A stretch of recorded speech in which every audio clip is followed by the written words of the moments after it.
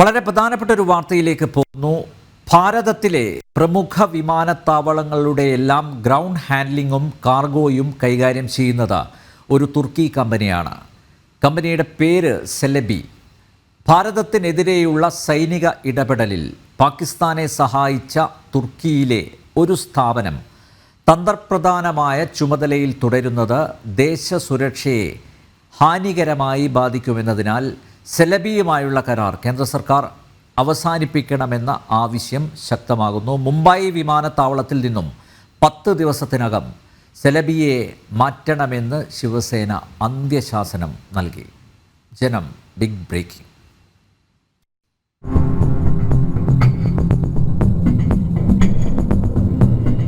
ഡൽഹി, മുംബൈ, ബംഗളൂരു, ഹൈദരാബാദ്, അഹമ്മദാബാദ്, ചെന്നൈ, ഗോവ എന്നിവിടങ്ങളിലെയും കേരളത്തിലെ കൊച്ചി, കണ്ണൂർ അന്താരാഷ്ട്ര വിമാനത്താവളങ്ങളിലെയും ഗ്രൗണ്ട് ഹാൻഡ്ലിങ്ങും അനുബന്ധ പ്രവർത്തനങ്ങളും കൈകാര്യം ചെയ്യുന്നത് തുർക്കി കമ്പനിയായ സെലബിയാണ്.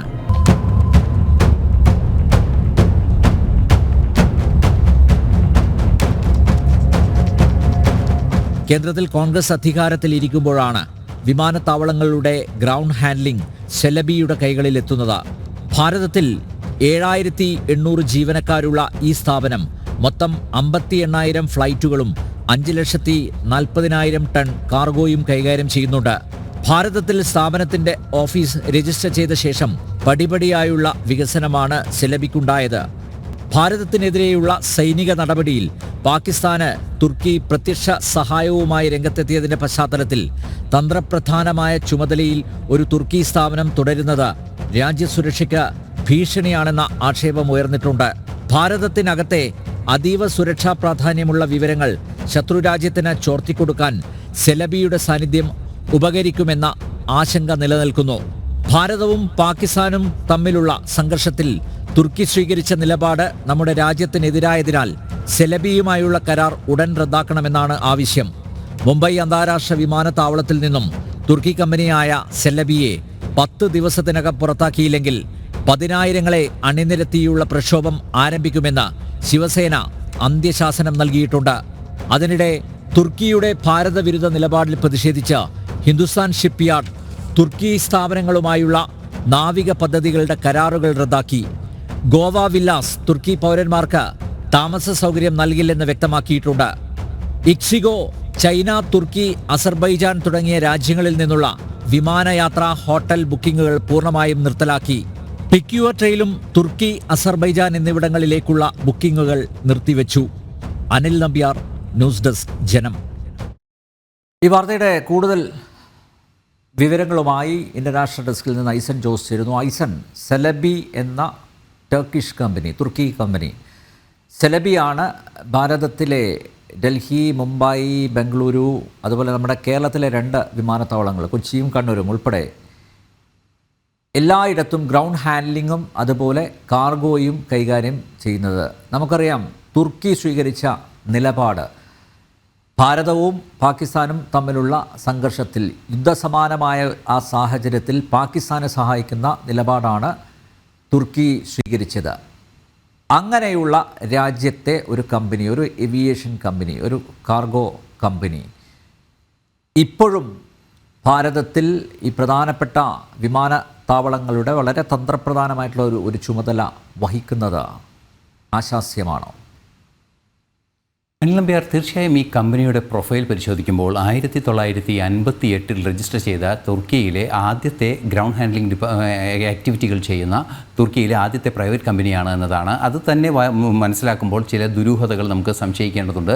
തുടക്കത്തിൽ തന്നെ ഇത്തരത്തിലുള്ള ചില പ്രശ്നങ്ങൾ നമുക്ക് ഈ കമ്പനിയെക്കുറിച്ച് പരിശോധിക്കുമ്പോൾ മനസ്സിലാക്കാൻ സാധിക്കുന്നുണ്ട്. ഈ കമ്പനിയുടെ പ്രധാന ആക്ടിവിറ്റി എന്ന് പറയുന്നത് നേരത്തെ അനിൽ നമ്പ്യാർ സൂചിപ്പിച്ചതുപോലെ കണ്ണൂർ വിമാനത്താവളത്തിൻ്റെ ഗ്രൗണ്ട് ഹാൻഡ്ലിംഗ് ഉൾപ്പെടെയുള്ള കാര്യങ്ങളും അതുപോലെ തന്നെ നെടുമ്പാശ്ശേരി കൊച്ചി ഇൻ്റർനാഷണൽ എയർപോർട്ടിൻ്റെ കാർഗോ വിഭാഗം, വലിയ കാർഗോ കോംപ്ലക്സ് ഉണ്ട്. ആ കാർഗോ കോംപ്ലക്സിൻ്റെ വെയർ ഹൗസ് മാനേജ്മെൻറ്റും അതുപോലെ തന്നെ അനുബന്ധമായ സർവീസുകളും ബ്രിഡ്ജിംഗ് സർവീസുകളെല്ലാം തന്നെ നടത്തുക. അതുപോലെ തന്നെ കാർഗോ സർവീസുകളുടെ മൾട്ടിപ്പിൾ ഡെസ്റ്റിനേഷനിലേക്കുള്ള ട്രാൻസ്പോർട്ട് ഉൾപ്പെടെ നടത്തുന്ന ഒരു വിശാലമായ ലോജിസ്റ്റിക് മാനേജ്മെൻറ്റ് സംവിധാനമുള്ളൊരു കമ്പനിയാണിത്. ഈ കമ്പനിയുടെ ഭാരതത്തിലെ ഓപ്പറേഷൻസ് 9ഓളം വിമാനത്താവളങ്ങളിലുണ്ട്. അഹമ്മദാബാദ്, ഡൽഹി, അതുപോലെ തന്നെ വിവിധങ്ങളായ എയർപോർട്ടുകളുമായി ബന്ധപ്പെട്ട് ഗ്രൗണ്ട് ഹാൻഡ്ലിങ്ങും കാർഗോ ഹാൻഡ്ലിങ്ങും നടത്തുന്ന ഒരു സ്ഥാപനമാണിത്.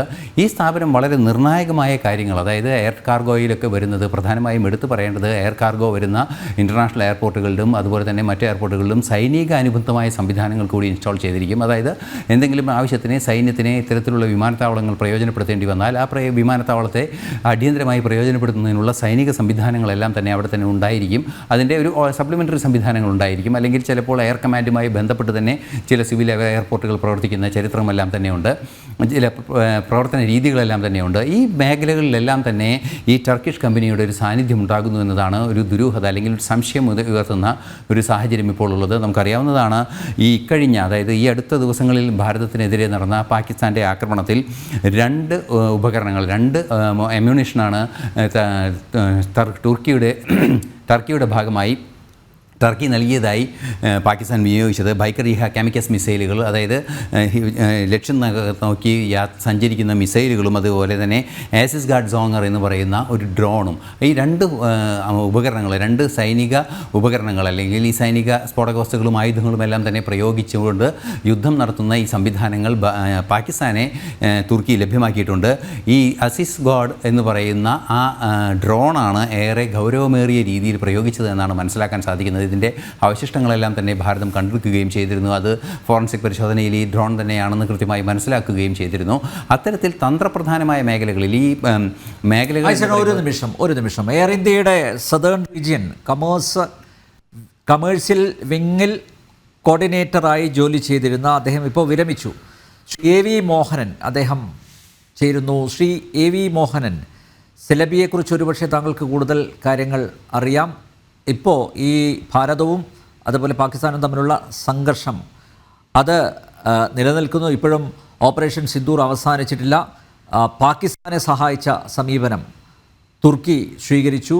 ഈ ഒരു പശ്ചാത്തലത്തിൽ ഒരു തുർക്കി കമ്പനി നമ്മുടെ വിമാനത്താവളങ്ങളുടെ ഗ്രൗണ്ട് ഹാൻഡ്ലിങ്ങും അതുപോലെ കാർഗോയും കൈകാര്യം ചെയ്യുന്നത് ദേശസുരക്ഷയ്ക്ക് തന്നെ ഭീഷണിയല്ലേ? തീർച്ചയായും സാർ, അത് ദേശസുരക്ഷയ്ക്ക് തന്നെ ഭീഷണിയാണ്.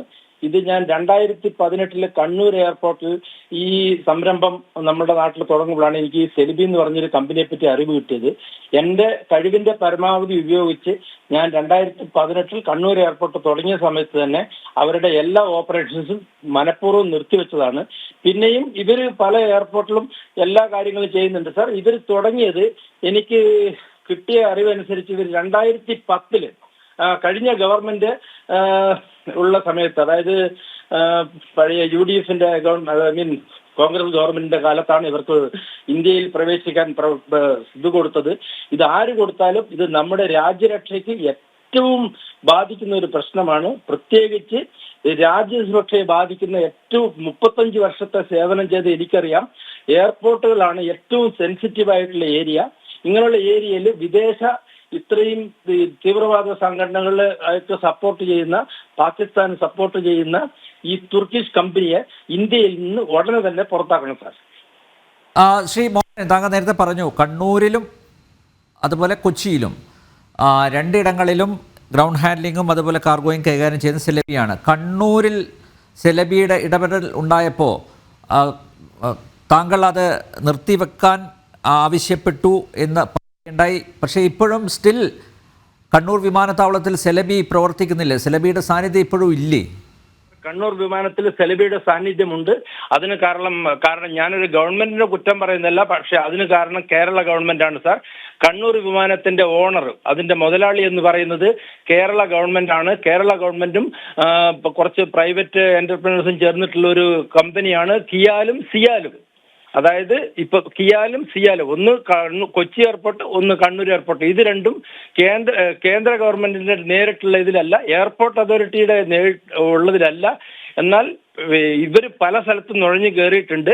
നമ്മളുടെ ഒരു വർഷം അവരുടെ സൈറ്റിലുള്ള കണക്കനുസരിച്ച് 58,000 ഫ്ലൈറ്റ് ഹാൻഡിൽ ചെയ്യുന്നുണ്ട് ഈ കമ്പനി, തുർക്കിഷ് കമ്പനി. അതേമാതിരി 5,40,000 ടൺ കാർഗോ, ഇന്ത്യയിൽ വരുന്നതും പോകുന്നതായ കാർഗോ ഇവർ ഹാൻഡിൽ ചെയ്യുന്നുണ്ട്. ഇതിന് എത്രയോ ലക്ഷക്കണക്കിന് കോടി രൂപയുടെ വരുമാനം അവർക്കുണ്ട്. അതുമാത്രമല്ല, ഈ വരുന്ന സാധനങ്ങളും പോകുന്ന സാധനങ്ങളും എന്തൊക്കെയാണെന്ന് ഒരു ഏവിയേഷൻ ഫീൽഡ് ഇത്രയും പരിചയമുള്ള ഒരാളെന്നുള്ളത് എനിക്ക് കൃത്യമായിട്ട് അറിയാം. പല രീതിയിലും മറച്ചിട്ടും ഒളിച്ചിട്ടും ഒക്കെ പല സാധനങ്ങളും കടത്താൻ ഇത് വളരെയധികം സഹായിക്കും സാർ. കാരണം ഹാൻഡ്ലിംഗ് ഏജൻസി എന്ന് പറയുന്നത് വലിയൊരു സംഭവമാണ് സാർ. യെസ്, ഗ്രൗണ്ട് ഹാൻഡ്ലിങ്ങും അതുപോലെ കാർഗോയും. അപ്പോൾ താങ്കൾ പറഞ്ഞതുപോലെ സംശയാസ്പദമായ പ്രവർത്തനം അത് ശ്രദ്ധയിൽപ്പെട്ടിട്ടുണ്ട്. അതുകൊണ്ട് തന്നെയാണോ കണ്ണൂർ വിമാനത്താവളത്തിൽ ഇവരുടെ സാന്നിധ്യം ഉണ്ടാകുമ്പോൾ അത് പാടില്ല എന്ന് അങ്ങനെ ഒരു തീരുമാനം എടുത്തത്? അത് അധികൃതരെ ധരിപ്പിച്ചത് ഇത്തരം സംശയാസ്പദമായ ഇടപെടൽ ശ്രദ്ധയിൽപ്പെട്ടതുകൊണ്ട് തന്നെയാണോ, ബോധ്യപ്പെട്ടതുകൊണ്ട് തന്നെയാണോ? അതുകൊണ്ട് മാത്രമല്ല സാർ, നമ്മളുടെ ഇന്ത്യ ഗവൺമെന്റിന്റെ ഒരു സംവിധാനമുണ്ട്, എയർപോർട്ട് ഹാൻഡ്ലിംഗ് സർവീസ് എന്ന് പറഞ്ഞ നമ്മുടെ ഗവൺമെന്റ് ഓഫ് ഇന്ത്യയുടെ ഒരു സംവിധാനമുണ്ട്. ആ സംവിധാനത്തോട് കോമ്പീറ്റ് ചെയ്തിട്ടാണ് ഇവർ പല കമ്പനികളും എടുക്കുന്നത്. അന്ന് ഗോയർ, നുസ്ലി വാഡിയയുടെ ഗോയർ എന്ന് പറഞ്ഞ ഒരു കമ്പനി ഉണ്ടായിരുന്നു. നമ്മുടെ കണ്ണൂർ എയർപോർട്ടിൽ നിന്ന് ഏറ്റവും കൂടുതൽ ഓപ്പറേറ്റ് ചെയ്ത ഒരു കമ്പനിയായിരുന്നു. പിന്നീട് അത് പൂട്ടി. അത് ഏത് വിധത്തിലാണെന്ന് എനിക്കറിയത്തില്ല. അവരുടെ കമ്പനിയുടെ ഓപ്പറേഷൻസ് പിന്നെ ഒരുപാട് കൊട്ടേഷനൊക്കെ കുറച്ച് അവരത് എടുക്കാൻ നോക്കി. പിന്നെ എൻ്റെ കൂടെ ഉണ്ടായിരുന്ന ജനറൽ മാനേജറുടെയും ഒക്കെ ഒരുപാട് നല്ല ഇടപെടൽ കൊണ്ട് ഞങ്ങളത് ക്യാൻസലാക്കി. നമ്മൾ തന്നെ എയർ ഇന്ത്യ തന്നെ ഏറ്റെടുക്കുകയായിരുന്നു. കണ്ണൂർ നമ്മളോട് അവർക്ക് കിടപിടിക്കാൻ പറ്റിയില്ല. എന്നാലും ഇപ്പോഴും കണ്ണൂർ അവരുടെ സാന്നിധ്യമുണ്ട്. അതിന് നമ്മുടെ ഗവൺമെന്റ് സപ്പോർട്ടുണ്ട് സാർ. ഇപ്പോഴിതാ മുംബൈ വിമാനത്താവളത്തിൽ നിന്നും ഇവരെ പടിയടക്കണം എന്ന് ആവശ്യപ്പെട്ട് ശിവസേന പ്രക്ഷോഭത്തിലേക്ക് കടക്കുകയാണ്. 10 ദിവസത്തിനകം ഇവരെ പുറത്താക്കണം, ഇല്ലെങ്കിൽ ശക്തമായ പ്രക്ഷോഭത്തിലേക്ക് നീങ്ങുമെന്നാണ് ശിവസേനയുടെ മുന്നറിയിപ്പ്. ശ്രീ മോഹനൻ, ഈ കമ്പനിയുമായിട്ട് ദീർഘകാല ആണല്ലോ ഏർപ്പെട്ടിട്ടുണ്ടാവുക അല്ലേ? സ്വാഭാവികമായിട്ടും ദീർഘകാല കരാറായിരിക്കും. അപ്പോൾ പെട്ടെന്ന് ഇങ്ങനെ ഒരു സ്ഥാപനത്തെ ഈ ഒരു പശ്ചാത്തലത്തിൽ പിന്നെ പുറത്താക്കുക എന്ന് പറയുന്നത് എളുപ്പമാണോ? പുറത്താക്കും സാർ. നമ്മൾക്ക് നമ്മളുടെ ഗവൺമെന്റ് ഓഫ് ഇന്ത്യയുടെ കമ്പനി ഉണ്ട് സാർ. എയർപോർട്ട് ഹാൻഡ്ലിംഗ് സെക്ഷൻ ഉണ്ട്. പഴയ എയർ ഇന്ത്യയുടെ ആയിരുന്നു. പക്ഷെ ഇപ്പോഴും നമ്മൾക്ക് ഒരു സെക്കൻഡ് കൊണ്ട് തിരിച്ചെടുക്കാൻ പറ്റും സാർ. നമ്മളുടെ അത്രയും ശക്തിമത്തായ ഒരു സംവിധാനം നമ്മളുടെ കയ്യിലുണ്ട്. പക്ഷേ നമ്മളുടെ സ്വന്തം കൈകളെ ഒന്നുമില്ലാത്ത കഴിവുകെട്ട ആൾക്കാരാക്കിയത് നമ്മുടെ പഴയ ഗവൺമെന്റാണ് സാർ. പക്ഷേ ഈ ഒരു സാഹചര്യത്തിൽ ഇപ്പോഴും സംഘർഷം നിലനിൽക്കുകയാണ്. വെടിനിർത്തൽ ധാരണയിൽ എത്തിയെങ്കിലും നമുക്കറിയാം അതിർത്തി മേഖലകളിൽ ഇപ്പോഴും പാകിസ്ഥാൻ്റെ സൈനിക ഇടപെടലുകൾ ഉണ്ടാവുന്നുണ്ട്, സൈനിക നടപടികൾ ഉണ്ടാവുന്നുണ്ട്. ഈ ഒരു പശ്ചാത്തലത്തിൽ കേന്ദ്ര സർക്കാരിന് ഇക്കാര്യം അറിയാത്തതാണോ, അതോ ബന്ധപ്പെട്ട അധികൃതർ കേന്ദ്ര സർക്കാരിനെ, വ്യോമയാന മന്ത്രാലയത്തെ അറിയിക്കാത്തതാണോ? സെലബിയുടെ പ്രവർത്തനം കൂടുതൽ പരിശോധനയ്ക്ക് വിധേയമാക്കേണ്ട ഒരു സാഹചര്യം കൂടിയല്ലേ ഇത്? സാർ, സെലബിയുടെ പ്രവർത്തനം കൂടുതൽ പരിശോധനകൾക്ക് സാധ്യമാക്കുന്നത് മാത്രമല്ല സാർ, സെലബിയുടെ പ്രവർത്തനം ഇന്ത്യ ഭൂമുഖത്തിൽ നിന്ന് ഉണ്ടാവാനേ പാടില്ല സാർ. ഇവർ നമ്മളുടെ സുരക്ഷയ്ക്കും നമ്മളുടെ രാജ്യത്തിനും എല്ലാത്തിനും നമുക്ക് വളരെ ബുദ്ധിമുട്ടുണ്ടാക്കും. കാരണം ഇത്രയും സെൻസിറ്റിവിറ്റി ഉള്ള ഒരു ഏരിയ ഇന്ത്യ മഹാരാജ്യത്തില്ല. എയർലൈൻസും ഏവിയേഷൻ ഫീൽഡ് എന്ന് പറഞ്ഞാൽ തന്നെ അത്രയും സെൻസിറ്റീവാണ് സാർ. ശ്രീ മോഹൻ, ഒരു കാര്യം കൂടി, ഈ തുർക്കി വംശജർ തന്നെയാണോ ഈ വിമാനത്താവളങ്ങളിൽ ഒക്കെ കൈകാര്യം ചെയ്യുന്നത്, ഇതിൻ്റെ തലപ്പത്തിരിക്കുന്നത്? ഇന്ത്യയിൽ തലപ്പത്തിരിക്കുന്നത് പല ഇന്ത്യക്കാരും ഒക്കെ ആയിരിക്കും. കൂടുതലും പല തുർക്കിക്കാർ തന്നെയാണ് സാർ. ഇപ്പോഴും ഈ കമ്പനിയുടെ സൈറ്റിൽ നോക്കിയാൽ തന്നെ ജനങ്ങൾക്ക് മനസ്സിലാവും. ഇത് പിന്നെ ശിവസേനയും ഈ കാര്യം എടുത്തിട്ടുണ്ട്, നമ്മളും എടുക്കണം. കാരണം കേരളത്തിലും ഇവർക്ക് സപ്പോർട്ട് ചെയ്യുന്ന ഒരുപാട് ആൾക്കാരുണ്ട്. അതുകൊണ്ട് കേരള ഗവൺമെന്റും, എൻ്റെ ഒരു അപേക്ഷ, കേരള ഗവൺമെന്റും കേരളത്തിൽ നിന്ന് ഉടനെ അവരെ ഒഴിവാക്കണം. അതേപോലെ ഇന്ത്യ ഗവൺമെന്റിനും മോദിജി ഗവൺമെന്റിനോടും എനിക്കുള്ള അപേക്ഷ, ഇവരെ ഈ ഏവിയേഷൻ ഫീൽഡിൽ കയറാൻ അനുവദിക്കാൻ പാടില്ല സാർ. യെസ്, അവരുടെ സാന്നിധ്യം വേണ്ട എന്നാണ് പറയുന്നത്. വളരെയധികം നന്ദി Shri A V Mohanan. Air ഇന്ത്യയുടെ സദേൺ ഏരിയയിൽ അദ്ദേഹം കമേഴ്സ്യൽ വിഭാഗം കോർഡിനേറ്റർ ആയിരുന്നു. അന്ന് തന്നെ അദ്ദേഹത്തിൻ്റെ ഭാഗത്തു നിന്ന് ചില ഇടപെടലുകൾ ഉണ്ടായിരുന്നു എന്നാണ് പറയുന്നത്. കാരണം സെലബിയുടെ പ്രവർത്തനം സംശയാസ്പദമായി അദ്ദേഹത്തിന് തോന്നി. അതുകൊണ്ടാണ് നാട്ടിൽ സ്വന്തം കണ്ണൂരുകാരനാണ് അദ്ദേഹം, നാട്ടിൽ സെലബി വരുന്നു, സെലബിയാണ് ഗ്രൗണ്ട് ഹാൻഡ്ലിങ്ങും അതുപോലെ കാർഗോയും കൈകാര്യം ചെയ്യുന്നത് എന്നറിഞ്ഞപ്പോൾ തന്നെ അദ്ദേഹം മേലധികാരികളെ അത് ധരിപ്പിക്കുകയുണ്ടായി. ആയിസൺ, ശ്രീ മോഹനൻ പറഞ്ഞതിൽ നിന്ന് എന്താണ് താങ്കൾക്ക് മനസ്സിലാവുന്നത്? അനിൽ ഇപ്പോൾ അദ്ദേഹം പറഞ്ഞതിൽ നിന്ന് നമുക്ക് വായിച്ചെടുക്കാൻ സാധിക്കുന്നത് ഇത്തരത്തിലൊരു സംവിധാനം വളരെ സെൻസിറ്റീവായ രീതിയിലുള്ള പ്രദേശങ്ങളിൽ, നേരത്തെ നമ്മൾ സൂചിപ്പിച്ചതുപോലെ മിലിറ്ററിയുടെ പോലും ആക്ടിവിറ്റികൾ ഉണ്ടാകാറുണ്ട് എയർപോർട്ടുകളിൽ, അതിനുള്ള സംവിധാനങ്ങൾ ഉണ്ടാകാറുണ്ട്. അത്തരത്തിലുള്ള ഒരു മേഖലകളിൽ ഇവരുടെ സാന്നിധ്യം ഉണ്ടാകുന്നത് അല്പം അപകടകരമായ സൂചനകൾ നൽകിയിരുന്നു എന്ന് അദ്ദേഹം തന്നെ പറയുമ്പോൾ തീർച്ചയായും അതൊരു എയർപോർട്ടിൻ്റെ ഉത്തരവാദിത്തപ്പെട്ട പദവിയിലൊക്കെ ഇരിക്കുന്ന ഒരു വ്യക്തിയാകുമ്പോൾ കൃത്യമായ റിപ്പോർട്ടുകൾ അദ്ദേഹത്തിന് ലഭിച്ചിട്ടുണ്ടാകും.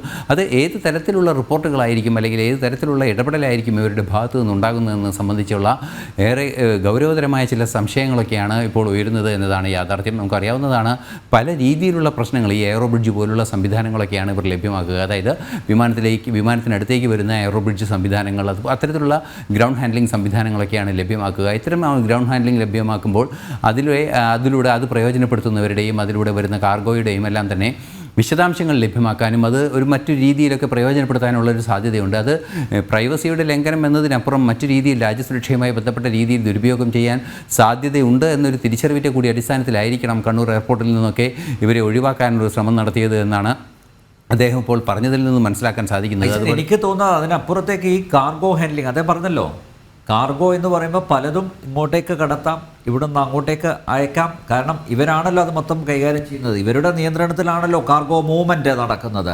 അപ്പോൾ സ്വാഭാവികമായിട്ടും ഇപ്പോൾ ടർക്കി പോലുള്ള ഒരു രാജ്യത്ത് നിന്ന് മാത്രമല്ല, ഈ തുർക്കി ആരുമായിട്ടൊക്കെയാണോ ആഭിമുഖ്യം പുലർത്തുന്നത്, അവർക്കൊക്കെ ഭാരതത്തിലേക്ക് ഈവൻ നമ്മുടെ വെടിക്കോപ്പുകൾ ഉൾപ്പെടെയുള്ള കാര്യങ്ങൾ മാത്രമല്ല, മയക്കുമരുന്ന് എന്തും കടത്താനുള്ള ഒരു ചാലകമായിട്ട് ഈ കാർഗോ സംവിധാനത്തെ മാറ്റിയെടുത്തു എന്ന് പറഞ്ഞാൽ അത് അതിശയോക്തപരമായില്ല എന്നാണ് ഞാൻ മനസ്സിലാക്കുന്നത്.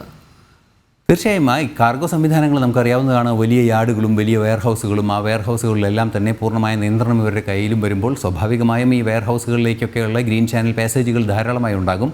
അത്തരത്തിലുള്ള ഗ്രീൻ ചാനൽ പാസേജുകളിലൂടെ പല ഇതിൻ്റെ ഉദ്യോഗസ്ഥരെല്ലാം തന്നെ കടന്നു പോവുകയും അത് എയർപോർട്ടിനകത്ത് കൃത്യമായി അവർക്ക് വിഹരിക്കുന്നതിനുള്ള സംവിധാനങ്ങൾ ഒരുക്കുക, അത് ടെക്നിക്കൽ ഏരിയയിൽ പോലുള്ള പ്രദേശങ്ങളിലെല്ലാം തന്നെ ഇത്തരത്തിലുള്ള കാർഗോ സംവിധാനങ്ങളുടെ ഭാഗമായി അല്ലെങ്കിൽ അതിൻ്റെ ആവശ്യങ്ങളുടെ ഭാഗമായി എത്തിപ്പെടാൻ സാധിക്കുകയൊക്കെ ചെയ്യുന്ന കൃത്യമായ സ്പെഷ്യലിസ്റ്റായ ജോലിക്കാരുടെയും അതുപോലെ തന്നെ നൈപുണ്യമുള്ള സ്കിൽഡ് വർക്കേഴ്സിൻ്റെയൊക്കെ സാന്നിധ്യം നിരവധിയായ എയർപോർട്ടിലുണ്ടാകും.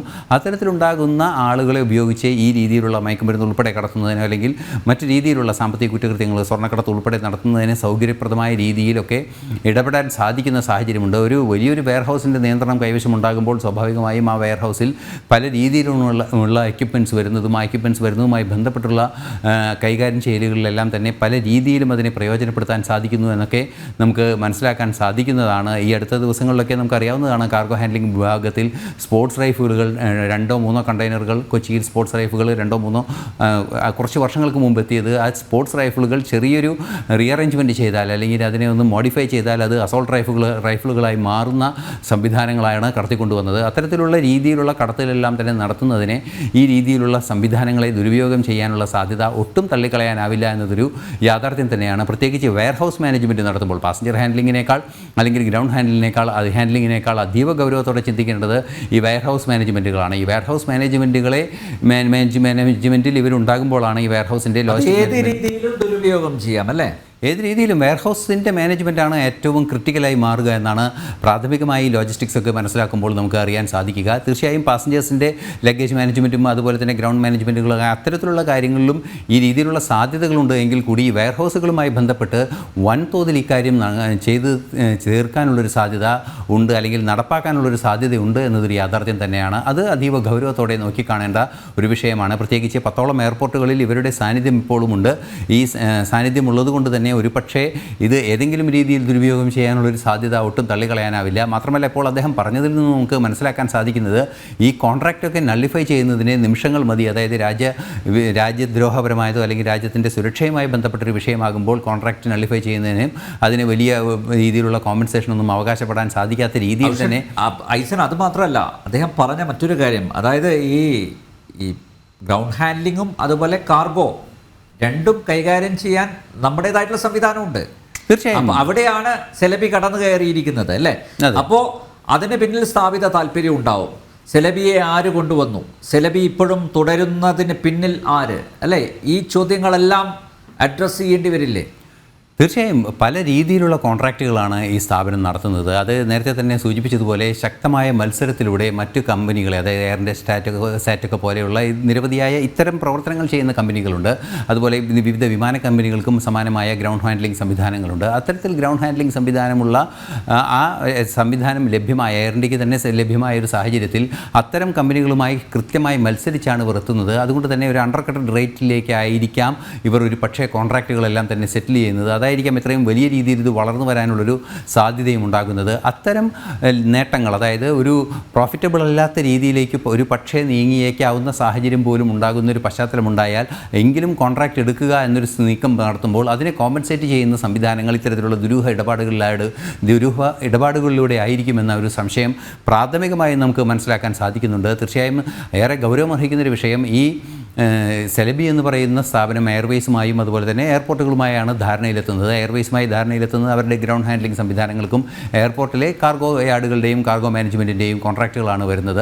ഈ രണ്ട് കോൺട്രാക്റ്റുകളും ദുരുപയോഗം ചെയ്യാനാണെങ്കിൽ നിരവധിയായ വഴികൾ, അതായത് ഒരു കുറ്റകൃത്യം ചെയ്യാൻ നിരവധിയായ വഴികൾ തുറന്നു കിട്ടുന്നത് ഒരു കുറ്റകൃത്യത്തിൽ വാസനയുള്ളൊരു വ്യക്തിയുടെ ഭാഗത്ത് നിന്ന് ഉണ്ടാകുന്ന നടപടിയാണ്. അത്തരത്തിൽ ഇത്തരം വലിയ നിർണായക കോൺട്രാക്റ്റുകൾ ലഭ്യമാകുമ്പോൾ അത് ദുരുപയോഗം ചെയ്യാനുള്ള സാധ്യത തള്ളിക്കളയാനാവില്ല. തീർച്ചയായും ഈ സെലബിയുടെ വിഷയം ഗൗരവത്തോടെ പരിശോധിക്കേണ്ട ഒരു സാഹചര്യമുണ്ട് എന്ന് തന്നെയാണ് യാഥാർത്ഥ്യം. കേന്ദ്ര സർക്കാരിൻ്റെ അടിയന്തര ശ്രദ്ധ സെലബിയിൽ പതിക്കേണ്ടിയിരിക്കുന്നു. മാത്രമല്ല, സെലബിയുടെ ഇതുവരെയുള്ള പ്രവർത്തനം അത് അപഗ്രഥനം ചെയ്യേണ്ടതാണ്. അത് വിശദമായ പരിശോധനയ്ക്ക് വിധേയമാക്കേണ്ടതാണ്. ഭാരതത്തിലെ പ്രമുഖ വിമാനത്താവളങ്ങളുടെ എല്ലാം ഗ്രൗണ്ട് ഹാൻഡ്ലിങ്ങും കാർഗോയും കൈകാര്യം ചെയ്യുന്നത് തുർക്കി കമ്പനിയായ സെലബി ആണ്. ഭാരതത്തിന് എതിരെയുള്ള സൈനിക ഇടപെടലിൽ പാകിസ്ഥാനെ സഹായിച്ച തുർക്കിയിലെ ഒരു സ്ഥാപനം തന്ത്രപ്രധാനമായ ചുമതലയിൽ തുടരുന്നത് ദേശസുരക്ഷയെ ഹാനികരമായി ബാധിക്കുമെന്ന കാര്യത്തിൽ യാതൊരു സംശയവുമില്ല. അതുകൊണ്ട് സെലബിയുമായുള്ള കരാർ കേന്ദ്ര സർക്കാർ അവസാനിപ്പിക്കണം എന്ന ആവശ്യം രാജ്യ സ്നേഹികൾ ശക്തമാക്കുന്നു. മുംബൈ വിമാനത്താവളത്തിൽ നിന്ന് 10 ദിവസത്തിനകം സെലബിയെ പുറത്താക്കണമെന്ന് ശിവസേന അന്ത്യശാസനം നൽകിയിട്ടുണ്ട്.